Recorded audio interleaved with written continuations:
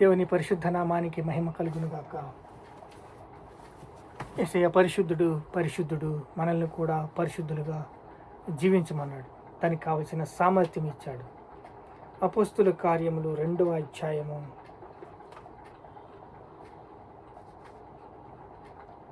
38వ వచనము. అపోస్తుల కార్యములు 2వ అధ్యాయం 38వ వచనం చూస్తే, మీరు సిలువ వేసిన ఈ యేసును దేవుడు ప్రభువుగాను క్రీస్తుగాను నియమించెను. మీరు సిలువ వేశారు కదా. పరిసయ్యులు, శాస్త్రులు, యూదులు, ఇలా కోపం, ద్వేషం, అహం, అసూయతో నిండిన మనుషులు రోమా సామ్రాజ్యానికి అప్పగించి సిలువేసేశారు.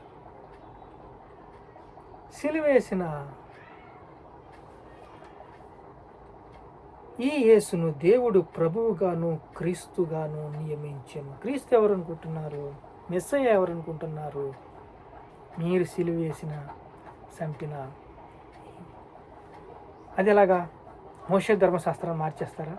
మోషేది అయిపోయింది. మోషే కంట గొప్పవాడు ఇక్కడ ఉన్నాడు. సొలొమోను కంట గొప్పవాడు ఇక్కడ ఉన్నాడు. యోనా కంట గొప్పవాడు ఇక్కడ ఉన్నాడు. ఆయనే యేసుక్రీస్తు. ఆయన మీ హృదయాలు పరిపాలిస్తున్నాడు. ఆయన మిమ్మల్ని ప్రేమతో పిలుస్తున్నాడు. ప్రేమతో పిలిచి మిమ్మల్ని రాజులకు రాజుకు ఆయన భూమి మీదకి వచ్చాడు. అబ్రహాము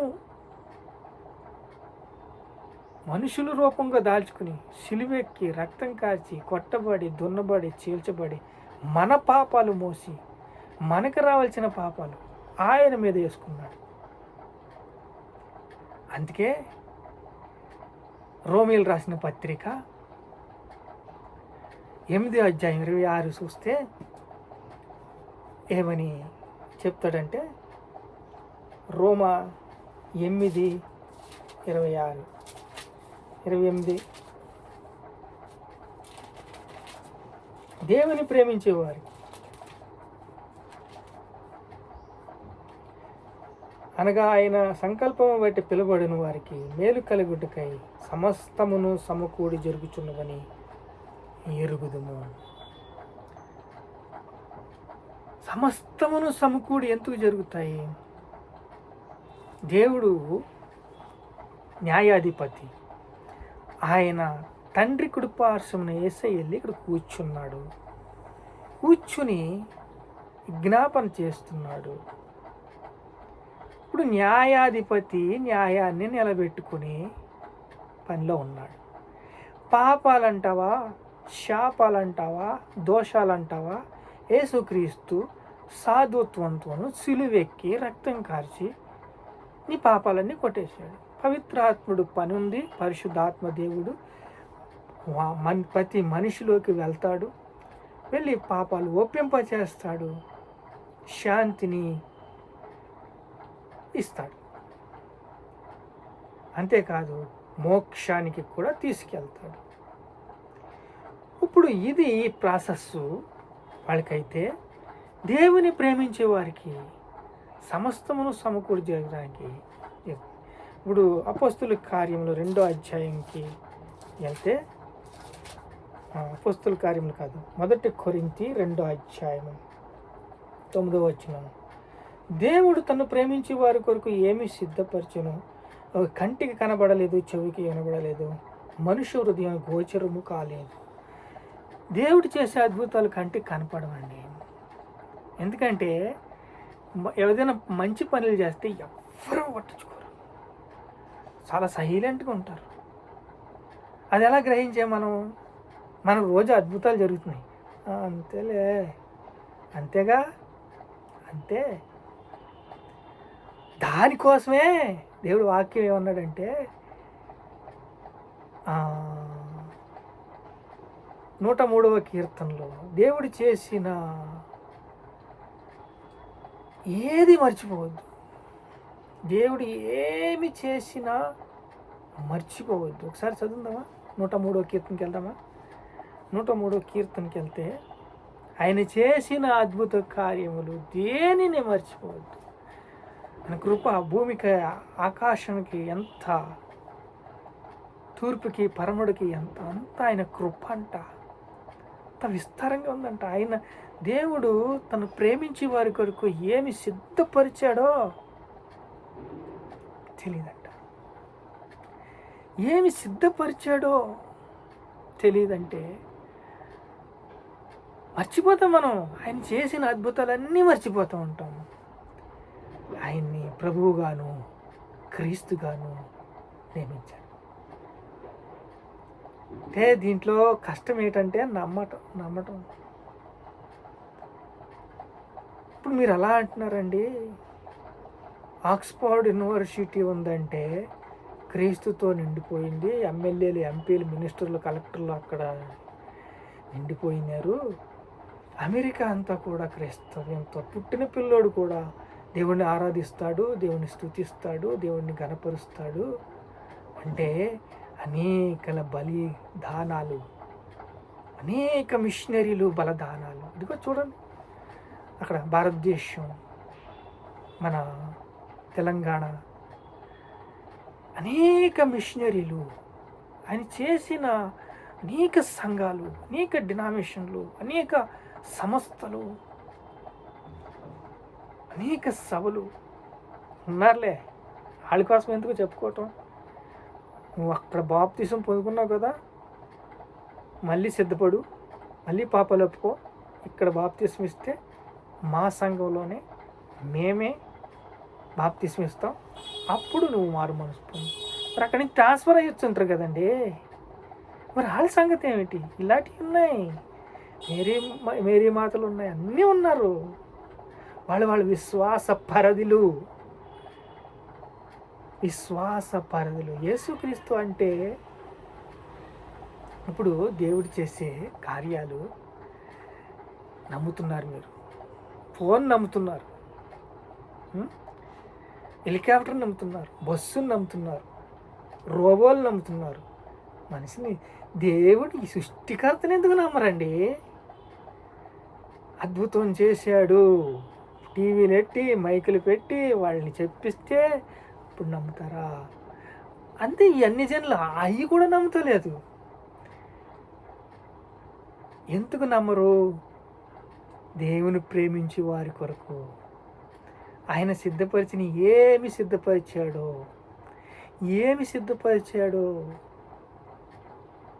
కంటికి కనబడలేదు, చెవికి వినబడలేదు, హృదయానికి గోచరం.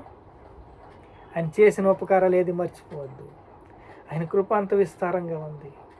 ఆయన పరిశుద్ధుడు, ఉజ్జీవపరుస్తాడు. మనం నమ్మాలి, విశ్వసించాలి. దేవుడి ద్వారా సందేశాన్ని పంపాలని కోరుకుంటున్నాడు. నిత్యమైన గమ్యస్థానానికి నువ్వు దీనుడవుతావేమో. నీ ద్వారా సందేశాలు ఇవ్వాలి, నీ ద్వారా అనేక మంది బతుకులు మార్చాలి, అనేక జీవితాలు కట్టబడాలని నీ ద్వారా సందేశాలు ఇవ్వాలనుకుంటుంటే మనకేమో ఎవరండినా ఫాదరు మూతి బిగించేస్తారు అహాబ్లాగా.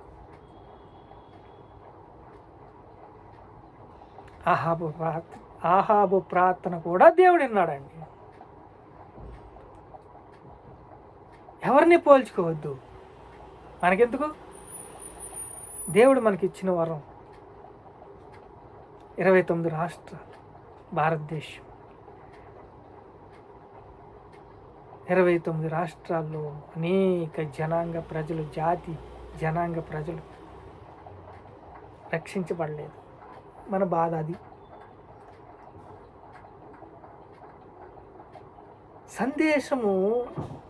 ఒక సందేశము విడుదలైందంటే అనేక ఆత్మలు మారు మనస్సు పొందుతున్నారు. ఎందుకంటే అన్నిటికీ సమయం ఉందని దేవుడు చెప్తున్నాడు.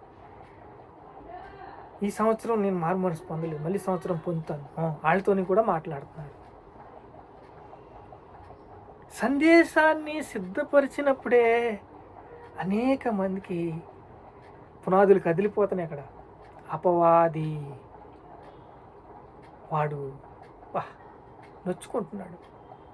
ఎందుకంటే వాడు జ్ఞానవంతుడండి, లూసిఫర్ అండి, మోసగాడండి, మాయగాడండి.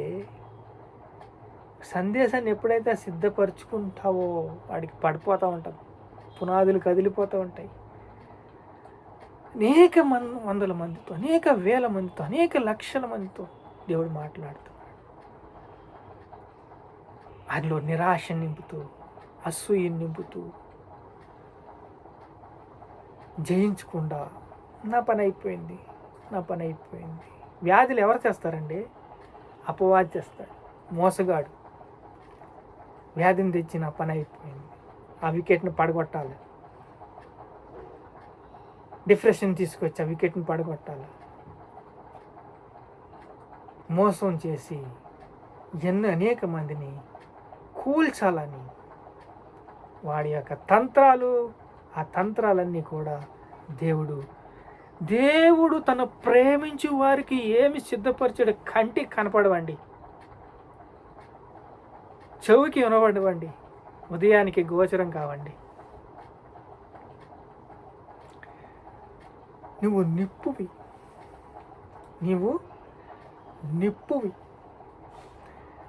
నువ్వు పరిశుద్ధాత్ముడును కలిగి ఉన్నావు.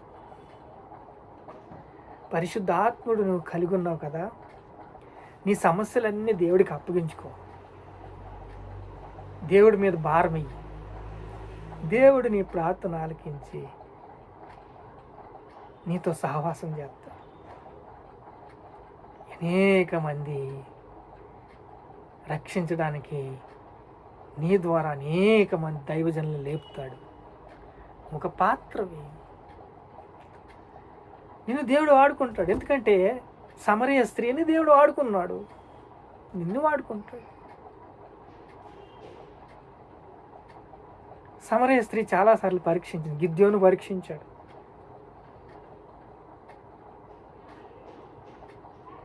ఆ ఉచ్చులోంచి సంసోను బయటికి రాలేకపోయాడు. పరీక్షించుకో, ఇది అయ్యిందా లేదా, ఇది అయ్యిందా లేదా, ఇది అయ్యిందా పరీక్షించుకో. నువ్వు ₹1 అడిగావనుకో, కూర్చుంటే పరీక్ష, నించుంటే పరీక్ష, నీ నడక పరీక్ష, నీ పడక పరీక్ష, నిన్ను పరీక్షిస్తూనే ఉంటాడు. నిన్ను రూపుదిద్దుతూ ఉంటాడు. శిల్పి దాన్ని కొట్టి కొట్టి కొట్టి కొట్టి నిన్ను బాగు చేస్తాడు. ప్రార్థన చేసుకుందాం. జయించాలి, జయించాలి, జయించాలి. తండ్రి యేసయ్య, అపోస్తుల కార్యం 2:38 మీరు సిలువ వేసిన యేసును దేవుడు ప్రభువుగాను క్రీస్తుగాను నియమించును. అవును తండ్రి, మన మధ్యనే ఉంటూ మనుషులుగా జీవించి ప్రాణం పెట్టి రక్తం కార్చి మోక్షానికి అనేక మందిని తీసుకెళ్ళడానికి సిద్ధంగా ఉన్నాడు తండ్రి. నమ్మటమే మాకు కష్టమైతే, అయ్యా ఇంత గొప్ప రక్షణను నిర్లక్ష్యము చేసిన ఎడల ఎలాగ తప్పించుకుంటారు? నరకమేనా? ఆత్మకు సావు లేదు. బతుకుతే పరలోకంలో బతకాలి, లేకపోతే నరకంలోనే బతకాలి. దైవ కుమారుడే శిక్ష పొంది పాపాలు రద్ది అన్నీ కూడా కొట్టివేస్తే ఆయన సర్వ సృష్టికర్త, కొట్టి వేయగలడు, కొట్టి వేసాడు, ఆ శిక్షను భరించాడు సిలువలో. మనం చూస్తూనే ఉన్నాం. ఆయన క్రీస్తు, ఆయన ప్రభు, ఆయన పరిశుద్ధుడు, ఆయన బాగు చేస్తాడు. ఆయన సిలువలో రక్తం కార్చాడు. యేసు రక్తము ప్రతి పాపం నుండి మమ్మల్ని పవిత్రులుగా పరిచింది. అయానికి స్తోత్రాలు, స్తోత్రాలు, స్తోత్రాలు, స్తోత్రాలు, స్తోత్రాలు. పూర్ణ ఉదయంతో, పూర్ణ ఆత్మతో, పూర్ణ శక్తితో, పూర్ణ బలంతో ఆరాధించమన్నాం. మళ్ళీ నేను పొరుగువాన్ని ప్రేమించమన్నాం. తండ్రి, ఎంత గొప్ప కృపనిచ్చావయ్యా, నీకు స్తోత్రాలయ్యా. తూర్పు కంటే పరమడా, అయా భూమి కంటే ఆకాశం ఎంత కృప అంత విస్తారంగా ఉంది నాయన. నీకు స్తోత్రాలు స్తోత్రాలు స్తోత్రాలు స్తోత్రాలు, స్తుతి మహిమ ఘనత ప్రభావాలు యేసుక్రీస్తు నామములో చెల్లిస్తున్నావు తండ్రి. ఆమేన్.